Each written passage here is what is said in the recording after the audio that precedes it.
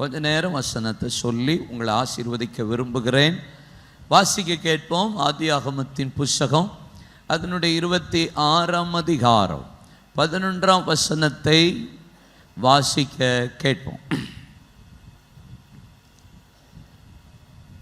பின்னும் தேவன் யாக்கோபை நோக்கி, நான் சர்வ வல்லமையுள்ள தேவன், நான் சர்வ வல்லமை உள்ள தேவன், நீ பழுகி பெருகுவாயாக, நீ பழுகி பெருகுவாயாக, ஒரு ஜாதியும் பற்பல ஜாதிகளின் கூட்டங்களும் உன்னிலிருந்து உண்டாகும், உன்னிலிருந்து உண்டாகும், ராஜாக்களும் உன் சந்ததியில் பிறப்பார்கள். ஆண்டவர் யாக்கோபுக்கு 2வது விசை தரிசனமாகி, இனி உன் பெயர் யாக்கோப் அல்ல இஸ்ரவேல் என்று சொல்லி கர்த்தர் அவனை ஆசீர்வதித்ததற்கு பின்பாக ஆண்டவர் அவனை பார்த்து சொன்ன ஒரு தீர்க்க தரிசனமான ஒரு வார்த்தை. ஆண்டவர் வெளிப்படும் போதே நான் சர்வ வல்லமையுள்ள தேவன் என்று வெளிப்பட்டு ஆண்டவர் யாக்கோபுக்கு இந்த தீர்க்க தரிசனமான வார்த்தையை, ஆசீர்வாதமான வார்த்தையை சொல்லுகிறார். ஆதியாகமத்தின் புஸ்தகம் 17ஆம் அதிகாரம் 1ஆம் வசனத்தில் ஆண்டவர் ஆபிரகாமுக்கு தரிசனமாக போது, நான் சர்வ வல்லமையுள்ள தேவன், எனக்கு முன்பாக நடந்து உத்தமனாய் இரு என்று சொல்லி ஆண்டவர் ஆபிரகாமுக்கும் இதே போல தரிசனமாகி சர்வ வல்லமையுள்ள தேவனாய் வெளிப்பட்டு, நான் உன்னை ஆசீர்வதிப்பேன், உன்னை பழுகவும் பெருகவும் பண்ணுவேன், உன்னிடத்துல ஜாதிகள் வெளிப்படும், உன்னிடத்துல ராஜாக்கள் வெளிப்படுவார்கள் என்று சொல்லி ஆண்டவர் அங்கே ஆபிரகாமுக்கு சொல்லுகிறத நீங்க வேதத்துல பார்க்க முடியும். ஆதியாகமத்தின் புஸ்தகம் 28ஆம் அதிகாரம் அதனுடைய 2-3 வசனங்களில் வாசித்தாலும், மீண்டும் யாக்கோபை தேவன் பதான் அராமிலிருந்து புறப்பட பண்ணும்போது ஈசாக்கு சொல்லுகிறான். ஈசாக்கு யாக்கோபு அழைத்து, நீ இந்த தேசத்துல இருக்க வேண்டாம், இங்க நீ பெண் கொள்ள வேண்டாம், நீ போய் நம்முடைய சந்ததியில போய் பெண் கொள் என்று சொல்லி அவனை எழுந்து பதான் அராமிற்கு அனுப்பும்படி அவன் அனுப்பி விடுகிறான். அப்பவும் ஈசாக்கு யாக்கோபை பார்த்து சொன்ன ஒரு வார்த்தை, நான் சர்வ வல்லமையுள்ள தேவன், உன்னை ஆசீர்வதித்து நீ பல ஜனக்கூட்டமாகும்படி உன்னை பழுகவும் பெருகவும் பண்ணுவார் என்பதாக 3 முறை ஆபிரகாமா இருக்கட்டும், அது ஈசாக்கா இருக்கட்டும், யாக்கோபா இருக்கட்டும், திரும்ப திரும்ப வருகிற ஒரு வார்த்தை, சர்வ வல்லமையுள்ள தேவன் என்று சொல்லிவிட்டு ஆண்டவர் உன்னை பழுகவும் பெருகவும் பண்ணுவார் என்று சொல்லுகிறார். சாதாரணமா பெருகுது என்று சொல்லுகிறதற்கும், நம்ம ஆண்டவர் எப்பேற்பட்டவர் என்பதை சொல்லிவிட்டு நான் உன்னை பெருக பண்ணுவேன் என்று சொல்லுகிறதற்கும் வித்தியாசம் இருக்கிறார். இந்த 2026ஆவது ஆண்டு சபையை பார்த்து, இங்க இருக்கிற ஒவ்வொரு பிள்ளைகளை பார்த்து ஆண்டவர் சொல்லுகிறார், உங்களை பழுகவும் பெருகவும் பண்ண போகிற ஆண்டவர் சாதாரண ஆண்டவர் அல்ல. வானத்தையும் பூமி உண்டாக்கின, அந்த சராசரங்களை சிருஷ்டித்த, பூமியின் உருண்டை மீது வீற்றிருக்கிற, 7 நட்சத்திரங்களை தங்கள் கைகளில் ஏந்திருக்கிற சர்வ வல்லமையுள்ள தேவன் உங்களை பழுகவும் பெருகவும் பண்ணுவாரா? என் குடும்பத்தையும் என் தகப்பன் வீட்டையும் மறக்க பண்ணினார் என்று மூத்தவனுக்கு மனாசே, நான் சிறுமைப்பட்ட தேசத்தில் தேவன் என்னை பழுகவும் பெருகவும் பண்ணினார் என்று இளையவனுக்கு எப்ராயிம் என்று பெயரிட்டான் என்று வேதம் சொல்லுகிறது. ஆதியாகமம் 1ஆம் அதிகாரம் 11ஆம் வசனம், யாத்ராகமம் 1ஆம் அதிகாரம் 11ஆம் வசனத்திலிருந்து இஸ்ரவேல் ஜனங்கள் எவ்வளவாய் ஒடுக்கப்பட்டார்களோ கர்த்தர் அவ்வளவாய் அவர்களை பெருகவே பெருக பண்ணினார் என்று வேதம் சொல்லுகிறது. இந்த 2026 Mount Church, are you ready to your increase? மெதுவா தட்டுங்க. Are you ready to receive your increase? நல்லா கை தட்டணும். கர்த்தர் உங்களை பெருக பண்ணுகிற வருஷம். ஊழியத்தில் பெருக்கம், குடும்பத்தில் பெருக்கம், வியாபாரத்தில் பெருக்கம், படிப்புல பெருக்கம், எல்லைகளில பெருக்கம், உங்கள் நிலங்களை கூட கர்த்தர் பெருக பண்ணுகிறவர். கர்த்தர் என்ன செய்ய போறாரு? என்ன செய்ய போறாருப்பா? பக்கத்தில் கை, நீங்க பெருக போறீங்க. நீ என்ன செய்ய போறீங்க? பெருக போகிறீர்கள். உபாகமம் 30:5 உங்கள் பிதாக்கள் சுதந்தரித்த தேசத்தை நீங்கள் சுதந்தரிக்கவும், சுதந்தரித்த தேசத்தில் உங்களை கொண்டு சேர்க்கவும், உங்களை சேர்த்த தேசத்தில் உங்களுக்கு நன்மை செய்யவும், நன்மை செய்த தேசத்தில் உங்களை பிதாக்களை விட கர்த்தர் பெருகவும் கர்த்தர் பண்ணுவாராக. ஆதியாகமம் ஏசாயா தீர்க்கதரிசன புஸ்தகம் 51:2 உங்கள் தகப்பனாகிய ஆபிரகாமை உங்களை பெற்ற சாராளையும் நோக்கி பாருங்கள், ஒருவனாய் இருக்கையில் அவனை ஆசீர்வதித்து தேவன் அவனை பெருக பண்ணினார். நான் சொல்றேன், இன்னைக்கு எல்லாம் பெருக்கம் தான். இனி வர்ற நாட்கள் எல்லாம் பெருக்கம்தான்.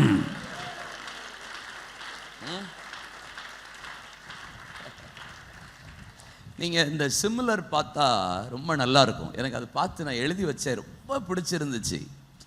ஆபிரகாம்கிட்ட சொல்லும் போதும் சரி, ஈசாக்கு யாக்கோப்கிட்ட சொல்லும் போதும் சரி, யாக்கோப்கிட்ட ஆண்டவர் சொல்லும் போதும் சரி, இந்த 3 இதையும் நான் எழுதி வச்சிருந்தேன். அப்படி தனித்தனியா எழுதினேன். என்னென்ன சொன்னாருன்னு 3 பேர் சொல்றாங்க, சர்வ வல்லமையுள்ள தேவன். ஆமா, ஆபிரகாமுக்கு ஆண்டவர் சொல்லும்போது சொல்றார், நான் சர்வ வல்லமையுள்ள தேவன். ஈசாக்கு யாக்கோப்கிட்ட சொல்லும்போது சொல்றான், சர்வ வல்லமையுள்ள தேவன். யாக்கோப்கிட்ட ஆண்டவர் சொல்லும்போது சொல்றார், சர்வ வல்லமையுள்ள தேவன். அடுத்த வார்த்தையை பார்த்தா சொல்றாரு, என்ன சொல்றாரு தெரியுமா? உன்னிடத்திலிருந்து ராஜாக்கள் உருவாவார்கள். ஆபிரகாம்கிட்ட சொல்லும்போது சொல்றாரு. ஈசாக்கு யாக்கோப்கிட்ட சொல்லும் போது தான் இருக்கு. கர்த்தர் யாக்கோப்கிட்ட டைரக்டா சொல்லும்போது சொல்றாரு, ராஜாக்கள் உன் சந்ததியில வருவார்கள். 3வது சொல்றாரு, நீ திரளாய் பெருகுவாய். திரளாய். 3 பேர் சேம் வேர்ட். அன்பிலீவபிள். எனக்கு ஆச்சரியமா இருந்தது. ஒரு வார்த்தை கூட தவறாம 3 பேர்ட்டையும் பாஸ் ஆகுதுன்னா, ஆவிக்குரிய இயேசுவின் மூலியமாய் ஆபிரகாமின் ஆசீர்வாதத்தை எனக்கு தருவார்னா, நோ, ஒரு வார்த்தை கூட இந்த வருஷம் தவறாம நான் சொல்றேன். I want to tell you something. 2026 சர்வ வல்லமையுள்ள தேவன் உங்களை பார்த்து சொல்ற வார்த்தை, ஒரு வார்த்தையின் உருப்பாகிலும் கீழே விழாதபடி இந்த 2026 என்னென்னலாம் தேவன் உங்களுக்கு ஆபிரகாமுக்கு சொன்னாரோ, ஈசாக்குக்கு சொன்னாரோ, யாக்கோபுக்கு சொன்னாரோ, உங்களுக்கும் அது நடக்கும். It will happen. அல்லேலூயா.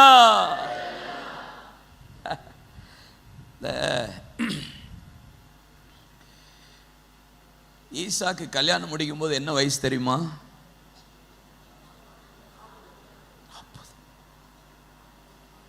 40 வயசு தெரியுமா ஈசாக்குக்கு? ஆமா. யாக்கோபு பிறந்தான், சரியா? யாக்கோபு பிறந்து யாக்கோபு கல்யாணம் முடியும் போது எத்தனை வயசு தெரியுமா?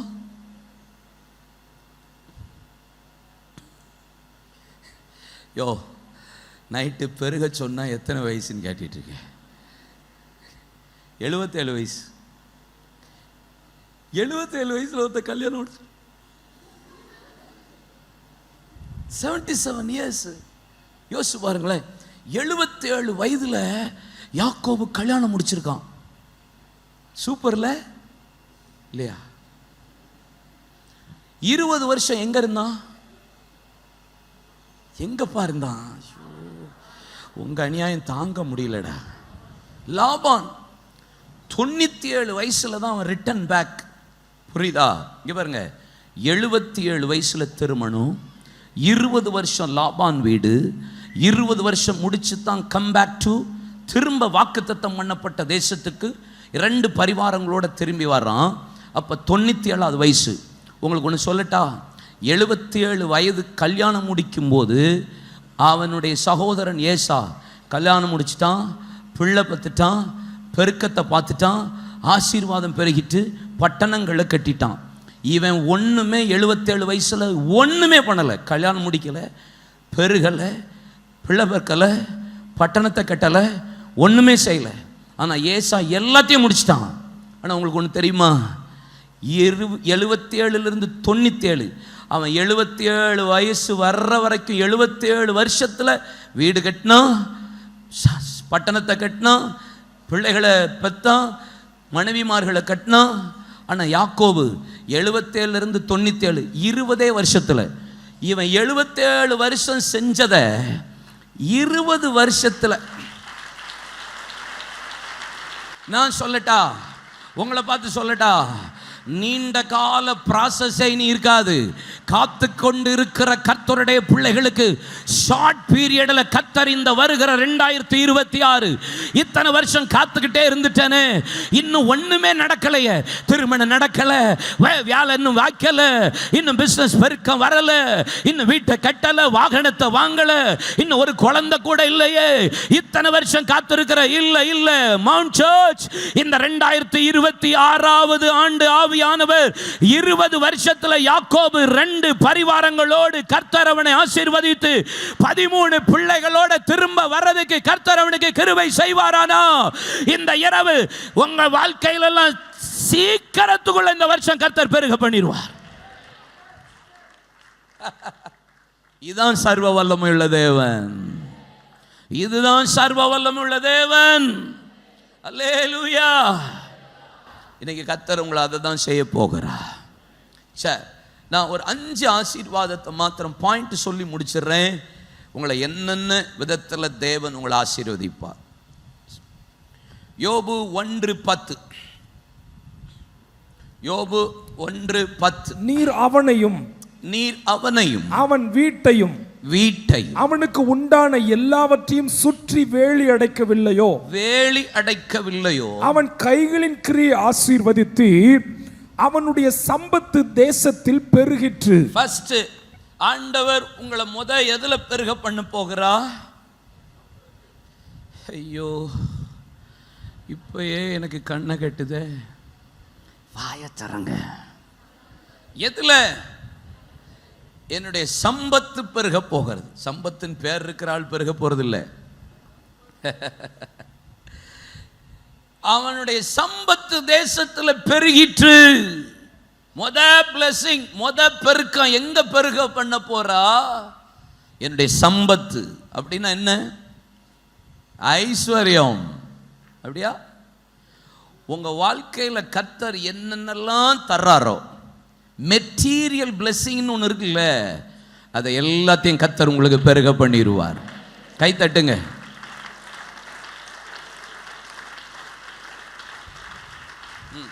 அது ஐஸ்வர்யமா இருக்கலாம், எதுவானாலும் வச்சுக்கோங்க. எல்லாவற்றிலும் கர்த்தர் உங்களுக்கு ஒரு பெருக்கத்தை இந்த வருடம் தருவாராக. வலது கரத்தை உயர்த்தி ஒவ்வொரு பாயிண்ட் சொல்லுவேன், அதை அப்படி ஜெபம் பண்ணி அப்படியே முடிச்சிடலாம்.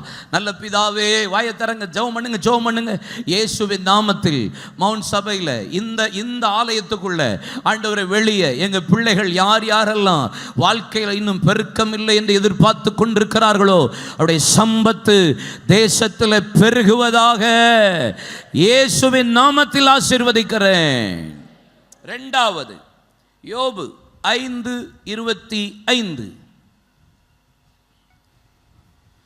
உம்முடைய சந்தானம் பெருகி. எப்படி? ஆமென். முதல்ல சம்பத்தை கர்த்தர் பெருக பண்ணுகிறார். 2வது உங்கள் சந்தானத்தை தேவன் பெருக பண்ணுகிறார். சந்தானம்னா ஆமாம், இருக்கிறவனுங்களையே வச்சு சமாளிக்க முடியல. தோத்திரம். எனக்கு பிள்ளை வேணும் ஐயா. பிள்ளைகளை கர்த்தர் பெருக பண்ணட்டும். உங்கள் சந்தானங்கள்லாம் தேசத்தில் பெருகணும். அல்லையா? சொல்லுங்க.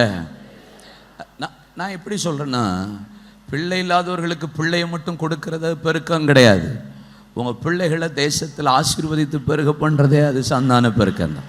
உங்கள் பிள்ளைகளை படிப்பில் பெருக பண்ணலாம், உங்கள் வேலையில் பெருக பண்ணலாம், உங்கள் பிள்ளைகள் தொழில் பார்த்துட்டு இருக்கலாம், அதில் கர்த்தர் உங்களை பெருக பண்ணலாம், ஞானத்தில் கர்த்தர் பெருக பண்ணலாம். என்னென்னவோ உங்கள் பிள்ளைகள் வாழ்க்கையில் ஒரு பெருக்கத்தை கர்த்தர் தருவார். வலது கரத்தை உயர்த்திடுங்க.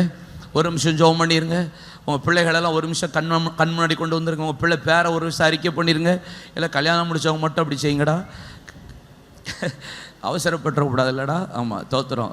இருக்கிற பிள்ளைகள்லாம் உங்கள் தலைமையில் வச்சு நாங்கள் பெருகணும்னு சொல்லுங்கள். திருமணம் முடியாத வாலிப பிள்ளைகள், சிறு பிள்ளைகள்லாம் தலையில் கையை வச்சு நாங்கள் பெருகணும் ஆண்டவரே, எங்கள் வாழ்க்கையில் ஒரு பெருக்கத்தை தாரும். மூணாவது ஏசியா 40:29, ஐசியா 40:29. எல்லாம் தெரிஞ்ச வசனம் தான். சோர்ந்து போகிறவனுக்கு அவர் பலன் கொடுத்து சத்துவம் இல்லாதவனுக்கு சத்துவத்தை பெருக பண்ணுகிறார். ஏறுங்க. ஒன்று எதை பெருக பண்ணுவா? 2வது 3வது சத்துவம். மூணாவது சத்துவத்தை கர்த்தர் பெருக பண்ணுவா. உங்க பலன், உங்கள் ஆவிக்குரிய பலன் இல்லை, எல்லாவற்றிலும் கர்த்தர் உங்களுக்கு சரீர பலனா இருக்கலாம், ஆவிக்குரிய பலனா இருக்கலாம். சோர்ந்து போய் இருக்கிறவர்களுக்கு இந்த வருஷம் ஜபத்தில் சோர்ந்து போய் இருக்கிறனே, உபவாசத்தில் சோர்ந்து போய் இருக்கிறனே, ஊழியத்தில் சோர்ந்து போய் இருக்கிறனே, கிராம ஊழியத்துக்கு போகிறதுல சோர்வு வருதே, ரொம்ப பலவீனப்பட்டுறனே, ஆண்டவர் உங்களுக்கு இன்னைக்கு சொல்லுகிற இந்த இரவு உங்களுக்கு வாக்கு தத்தம், உங்கள் சத்துவத்தை எல்லாம் கர்த்தர் பெருக பண்ண போகிறார். இனி ஜெபிக்கிற நீங்க இன்னும் 2 மடங்கு அதிகமாய் ஜெபிப்பீர்கள். ஊழியம் செய்கிறவர்கள் இன்னும் 2 மடங்கு அதிகமாய் ஊழியம் செய்வீர்கள். இந்த வருஷம் ஆத்துமாதாயம் பண்ணினவர்கள் அடுத்த வருஷம் இன்னும் அதிகமாய் ஆத்துமாதாயம். கர்த்தர் உங்களுக்கு வேண்டிய சத்துவத்தை தேவன் உங்களுக்கு பெருக பண்ணுவாராக.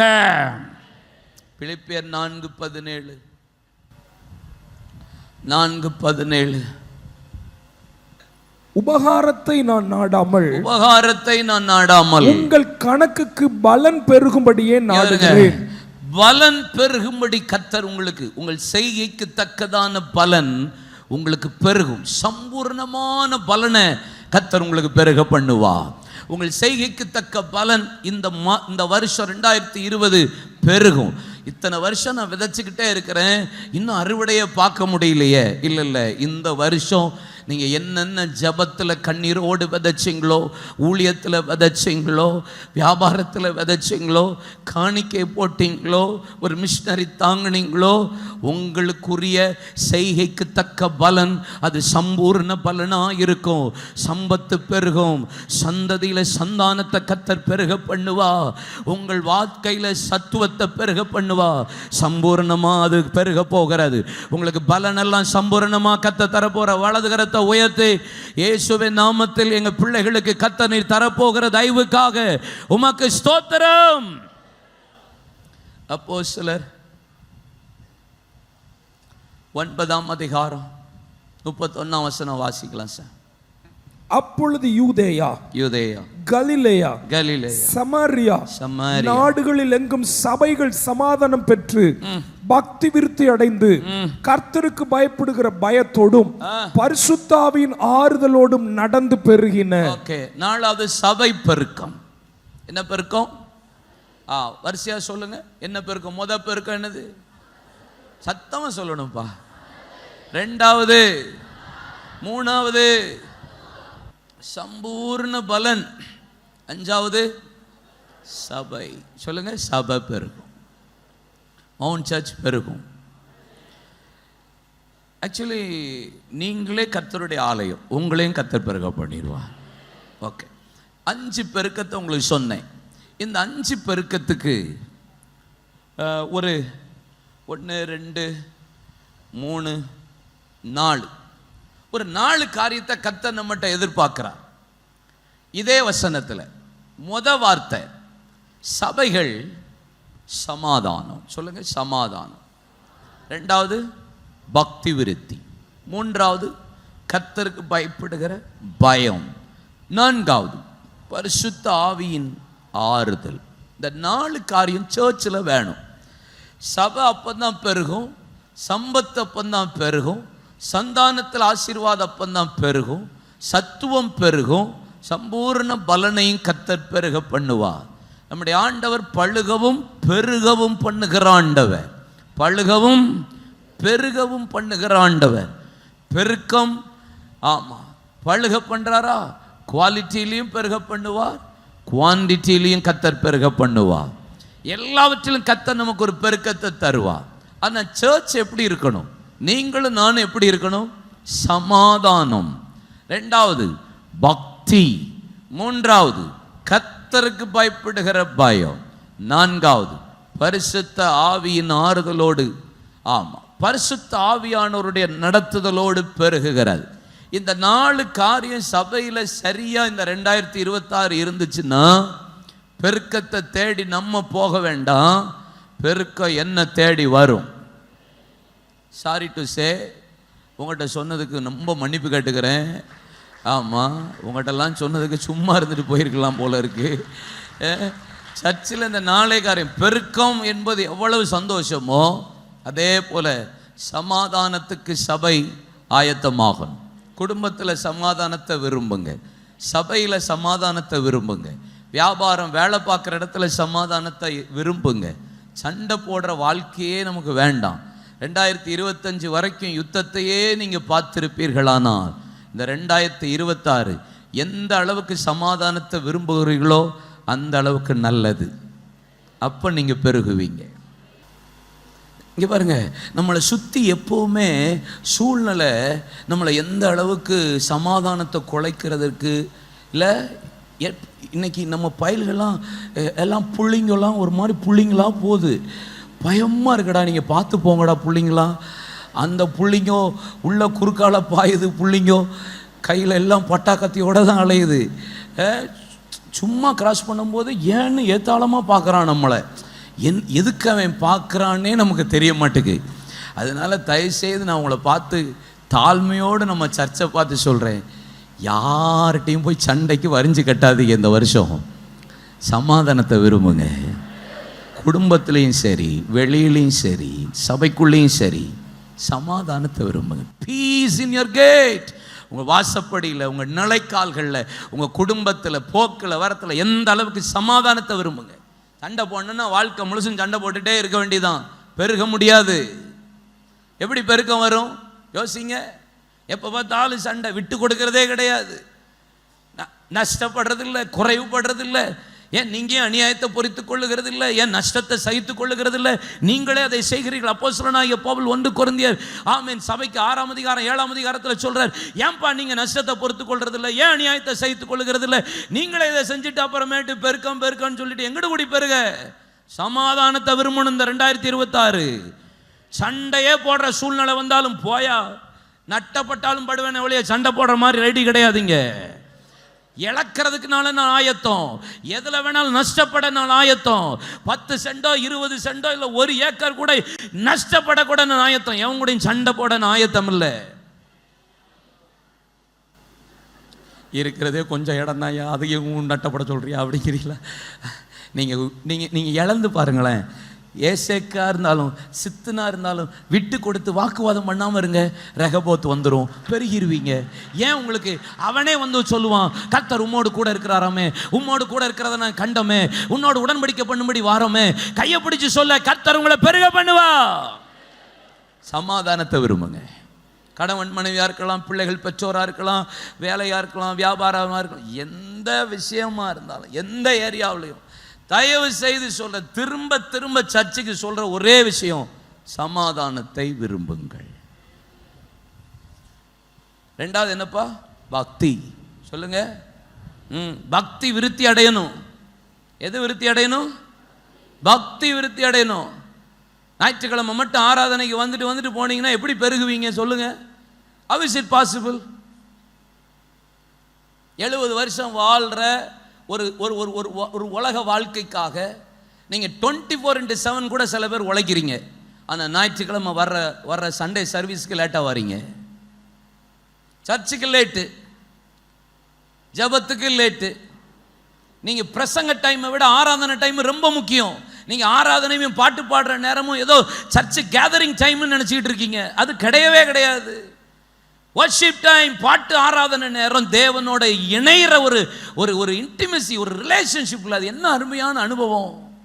அதை விட்டுட்டு பிரசங்க டைம் காணிக்க டைம் வந்துட்டேன்னு பீத்துறதுக்கா? How is it possible? Increase ஆக முடியும்? எப்படி நான் பெருக முடியும்? உங்க பக்தி எப்படி இருக்கு? பினகாஸ் எனக்காக சபை நடுவில் இருந்து பக்தி வைராக்கியம் பாராட்டினான். அதனால நித்திய ஆசாரிய உடன்படிக்கையை அவனோடு பண்ணுகிறேன். உங்க பக்தியை காட்டுங்க, சர்ச்சில் காட்டுங்க, வெளியே காட்டுங்க. இங்கே மட்டும் ஆவியில் நிரம்புறது போதாது, வெளியே காட்டணும், பக்தியை காட்டணும். ஞாயிற்றுக்கிழமையா நான் இந்த கல்யாணத்துக்கு வரமாட்டேன், ஞாயிற்றுக்கிழமை சர்ச்சுக்கு போவேன். பக்தியை காட்டுங்க, காட்டுங்க. சண்டே சர்வீஸ் தான் எனக்கு முக்கியம், முடிச்சுட்டு வேணா எந்த வரையாளத்துக்கு போறேன்னு சொல்லுங்க. அதுக்கு இம்பார்ட்டன்ஸ் கொடுங்க, உங்க பக்தியை காட்டுங்க. திருமணமா கர்த்தருக்கு பிரியமா தான் நான் முடிப்பேன்னு சொல்லி பக்தியை காட்டுங்க. கர்த்தருடைய பிள்ளை, உனக்கு என்ன வேலை? ஏசப்பா பிள்ளைய கல்யாணம் முடியாம காத்திருக்க வழி இல்லை, வக்கு இல்லை. பக்தி என்ன பக்தி சொல்லுங்க? பக்தி எப்ப காட்டுவீங்க? உங்க பிள்ளைகள் பக்தி நீங்க பக்தி எப்ப? பக்தி உங்க பக்தி எப்ப பார்க்க? ஞாயிற்றுக்கிழமை ஆராதனைக்கு வர்றது லேட்டு, சர்ச்சு சர்வீஸுக்கெல்லாம் ஒரு காரியத்துக்கு இல்லை, ஒரு சிலதெல்லாம் யாருன்னே தெரியாது. பிரதர் நான் தான் உங்கள் சர்ச்சுக்கு 1 இயராக வந்துட்டுருக்கேன். ஏய் உன்னை நான் பார்த்ததே இல்லையடா, லேட்டாக வருவேன், முடியறதுக்கு முன்னாடி போயிடுவேன், நீ வரவே வேண்டாம். நீ வந்து பிரயோஜனமே இல்லை. சர்ச்சில் ஐக்கியப்படுங்க, விளக்கமாற பிடிங்க, பாத்ரூம் க்ளீன் பண்ணுவாங்க, செய்யுங்க. ஏசப்பா உங்களை ஆசீர்வதிப்பா. உங்கள் பக்தியை காட்டுங்க. சும்மா அப்படி வந்துட்டு கெஸ்ட் மாதிரி போகாதீங்க. ஏசப்பா ராஜ்யத்துக்காக உங்கள் பக்தி வெளிப்பட விருத்தி அடையணும். போன வருஷம் இருந்ததை விட இந்த வருஷம் உங்கள் பக்தி விருத்தி, அதுவும் பெருகணும், பக்தியும் பெருகணும். வந்து நிற்கிறதில்ல, வேலை செய்கிறதில்ல, ஊழியம் செய்கிறதில்ல. ஏசப்பாவுக்கு எது பிடிக்கும்னு நினைக்கிறீங்க? நீங்கள் நினைக்கிறீங்க எது ரொம்ப இஷ்டப்பட்டு நினைக்கிறீங்க? நீங்கள் கொடுக்குற காணிக்கையில் நானும் மயங்க மாட்டேன், ஏசப்பாவும் மயங்க மாட்டார். நீங்கள் கொடுக்கிறத விட, நான் சொல்லுவேன், திரும்பி தாழ்மையாக சொல்கிறேன், நீங்கள் கொடுக்குற காணிக்கைக்கு இந்த ஊர்லேயே உங்களுக்கு, இந்த உலகத்திலே உங்களுக்கு பலன் வந்துடும். உங்களுக்கு பலன் வேணுமா? ஆத்தும ஆதாயம் பண்ணால் மட்டும்தான் பரலோகத்தில் பலன் இருக்கும். பக்தி அதில் காட்டுங்க, தயவுசெய்து காட்டுங்க. ஜபத்தில் பக்தி, எங்கள் வீட்டில் குடும்ப ஜபம் பண்ணுவோன்றத பக்தியை காட்டுங்க. அல்லேலூயா சொல்லுங்க. நான் இதை செய்ய மாட்டேயா, இந்த தப்பை நான் இந்த பண்ணவே மாட்டேயா, லஞ்சம் வாங்க மாட்டேயா, கர்த்தருடைய பிள்ளைப்பா, வாஞ்சம் வாங்க மாட்டேயா, இதில் உட்கார மாட்டேன், துன்மார்க்கருடைய ஆலோசனையில் நடக்க மாட்டேன், பாவிகள் வழியில் நான் இருக்க மாட்டேன், பரியாசக்காரர் உட்கார இடத்துல உட்கார மாட்டேன். இது ஏன் வேலையே கிடையாது. பக்தியை காட்டுங்க. நீங்களும் உலகத்தான் போலையே உள்ளே உட்காந்துட்டு, உலகத்தான் போலையே எல்லா இடத்துலையும் உட்காந்துக்கிட்டு, உலகத்தான் போலையே டீ கடையில் நின்றுட்டு உலகத்தான் செஞ்ச மாதிரியே நம்மளும் செஞ்சுக்கிட்டு இருந்தால் என்ன பிரயோஜனம்? உங்கள் பக்தி வெளிப்படணும். உங்கள் பக்தி எல்லாருக்கும் முன்பாக தெரியணுன்றாரு. 3வது என்னப்பா? கர்த்தருக்கு பயப்படுகிற பயம். பயம் சர்ச்சில் வந்தால் மட்டும் நான் பயப்படுற மாதிரி காட்டுறது வேலையே கிடையாது. நம்மளை பார்த்தோன்னா ஊழ கும்பிடுக்கு போடுறதெல்லாம் நமக்கு எதுக்கு சொல்லுங்க? என்னை பார்த்து பயந்து ஒரு பிரயோஜனம் இல்லையப்பா. என்னையும் பார்த்து பயப்படுறீங்க? பயப்படவே பயப்பட. மனுஷனுக்கு பயப்படுகிற பயம் கண்ணியை தான் வர வைக்கும். கர்த்தருக்கு பயப்படுங்க. நான் செய்கிற வேலையில் பயம் இருக்கணும். ஆபிரகாமை பார்த்து இப்பொழுது அறிந்திருக்கிற நீ எனக்கு பயந்து நடக்கிறவன் என்பதாக. ஏய் 12ஆம் அதிகாரத்தில் தெரியல ஆண்டவருக்கு, 22ஆம் அதிகாரத்தில் சொல்றார் இப்பொழுது அறிந்திருக்கிறேன். 12ஆம் அதிகாரத்திலே தேசம் இன்னும் தகப்பன் வீட்டை விட்டுட்டு கிளம்பின ஆளு. ஆனால் 22ஆம் அதிகாரத்தில் சொல்றான் இப்பொழுது அறிந்திருக்கிறேன். அப்படின்னா என்ன அர்த்தம்? உன் பிரசியஸான ஈசாக்க பலிபீடத்தில் வச்சதுக்கு அப்புறமும் நான் தான் முக்கியம் சொல்ற பாத்தியா? அதனால தான் நான் சொல்றேன் இப்பொழுது அறிந்திருக்கிறேன். இப்போ அறிஞ்சிருக்கிறேன். நான் அப்போ கூட கொஞ்சம் யோசித்தேன். ஆனால் உன் ஈசாக்கே தூக்கி கையில் வச்சுட்ட பாரு பலிபீடத்தில். அறிஞ்சிருக்கேன்டா, நீ வெறியான ஆளு. எனக்கு தான் நீ பயப்படுவ, என் பேச்சுக்கு தான் கீழ்ப்படிவ. நான் அறிஞ்சிருக்கிறேன். பழைய பிள்ளைகள்லாம் கர்த்தருக்கு பயப்படுற பயத்தோடு இருங்க. ஏசப்பா உங்களை பார்க்குறாருங்கிற பயத்தோடு இருங்க. இல்லை உலகம் உங்களை பார்க்குது, கர்த்தர் உங்களை பார்க்குறார். ஏசப்பா உங்களை பார்க்குறார், அந்தரங்கத்தை பார்க்குறார். அவருக்கு முன்பாக எல்லாம் வெளியரங்கம் வெட்ட வெளிச்சம் பட்ட பகலை போல நிர்வாணமாக இருக்கிறது என்று வேதம் சொல்லுகிறது. 4வது என்னப்பா? ஆவி, பரிசுத்த ஆவியின் ஆறுதலோடு. ஹோலி ஸ்பிரிட் நான் அடிக்கடி சொல்லிக்கிட்டே இருக்கிறது தான். கலாத்தியர் 3:3 புத்தீனமான கலாத்தியரை ஆவியில் ஆரம்பித்த நீங்கள் இப்படி மாம்சத்தில் முடிக்கலாமா? ஆவி மாம்சத்துக்கு மாம்சம் ஆவிக்கு உரதமாக போறார் என்று அறியீர்களா? ஆவியினாலே மாம்சத்தின் செய்கைகளை அளித்தால் நீங்கள் பிழைப்பீர்கள். ஆமேன். ஆவியில் நடத்தப்படுகிறவர்கள் தேவனுடைய புத்திரர்கள் என்று ரோமர் 8ஆம் அதிகாரம் 11ஆம் வசனத்தில் சொல்லுகிறது. ஸ்பிரிட் ஓரியன்டட் லைஃப் வேணும் நமக்கு. மாம்சத்திலேயே வாழக்கூடாது. மாம்சத்திலே யோசிக்காதீங்க. யோசிச்சு ஜோம் பண்ணி ஆண்டவர் என்ன நடத்துகிறாரா கேளுங்க. ஆவியானவர் தான் சொன்னாரா சொல்லி செய்யுங்க. ஆனால் சில ஆள் கர்த்தர் சொன்னார் கர்த்தர் சொன்னார்னு சொல்கிறாங்க. அதுவும் பயமாக இருக்கு. ஆவுன்னா கர்த்தர் சொல்லிடுறாரு. அடிக்கடி உங்கள் வீட்டில் ரொம்ப பேசுகிறாருன்னு நினைக்கிறேன் பல பேர். இல்லை பயங்கரமாக இருக்குது, பயமாகவும் இருக்குது. அடிக்கடி உங்கள் கூட பேசுகிறார். கர்த்தர் என்ற சொன்னார் பிரதர், கர்த்தர் என்ற தரிசனமானார் பிரதர். அதுவும் கொஞ்சம் பயமாக தான் இருக்குது. நீங்கள் ஸ்பிரிட் ஓரியன்ட் பீப்புளாக இருந்தீங்கன்னா நான் சொல்லுவேன், பிஸ்னஸாக ஆவியில் நடத்தப்படுங்க. குடும்ப காரியமாக ஆவியில் ஆவியில் ஆவியில் எதனாலும் ஸ்பிரிட் ஓரியன்டாக போங்க. மாம்சத்தில் எதையும் முடிவெடுக்காதீங்க. இங்கே பாருங்கள், ஒரு காரியத்தில் ஒரு டிசிஷன் எடுக்கணுமா, ஒரு 2 நாள் பொறுத்துருங்க. காத்திருந்து ஆண்டவர் சமூகத்தில் ஒப்பு கொடுத்து ஜோம் பண்ணி எனக்கு கொஞ்சம் கைட் பண்ணுங்கன்னு கேளுங்க. கைட் பண்ணுங்கன்னு சொல்லுங்கள். ஆண்டவர் அழகாக நடத்துவார். போகவா வேண்டாமா செய்யுமா குழப்பம் இருக்கும்ல, குழப்பம் இருந்துச்சுன்னா விட்டுருங்க. விட்டுட்டு பைபிளை வாசித்து ஜெபம் பண்ணிட்டு பாட்டு பாடி ஆராதிங்க, உங்களை அழகாக நடத்திடுவார். நம்மளை குழம்பிட்டு இருக்கிற நேரம் நீங்கள் அதெல்லாம் ஃப்ரீயாக விட்டுருங்க. இந்த எந்த காரியத்தையும் கால் வைக்காதீங்க, ஃப்ரீயாக விட்டுருங்க. அழகாக நடத்தி கொண்டு வருவார். ஒரு வசனத்தை கொடுப்பார், ஒரு ஊழியக்காரர் மூலியமாக பேசுவார். திடீர்னு நீங்கள் முழங்கால் போட்டுட்டு இருக்கும், டக்குன்னு ஒரு பல்பு டப்புன்னு பிரைட்டாக அடிக்கும். நமக்கு கர்த்தர் அழகாக நடத்துவார். நீங்கள் ஒப்பு கொடுத்தீங்கன்னா உங்களை அவர் நடத்த அவர் போதுமானவர். இந்த 4 சபையில் இருந்துச்சுன்னா சம்பத்தும் பெருகும், சத்துவமும் பெருகும், சந்தானமும் பெருகும், சம்பூர்ண பலன் பெருகும், சபையும் பெருகும். எல்லாரும் எழும்பி நிற்போம்.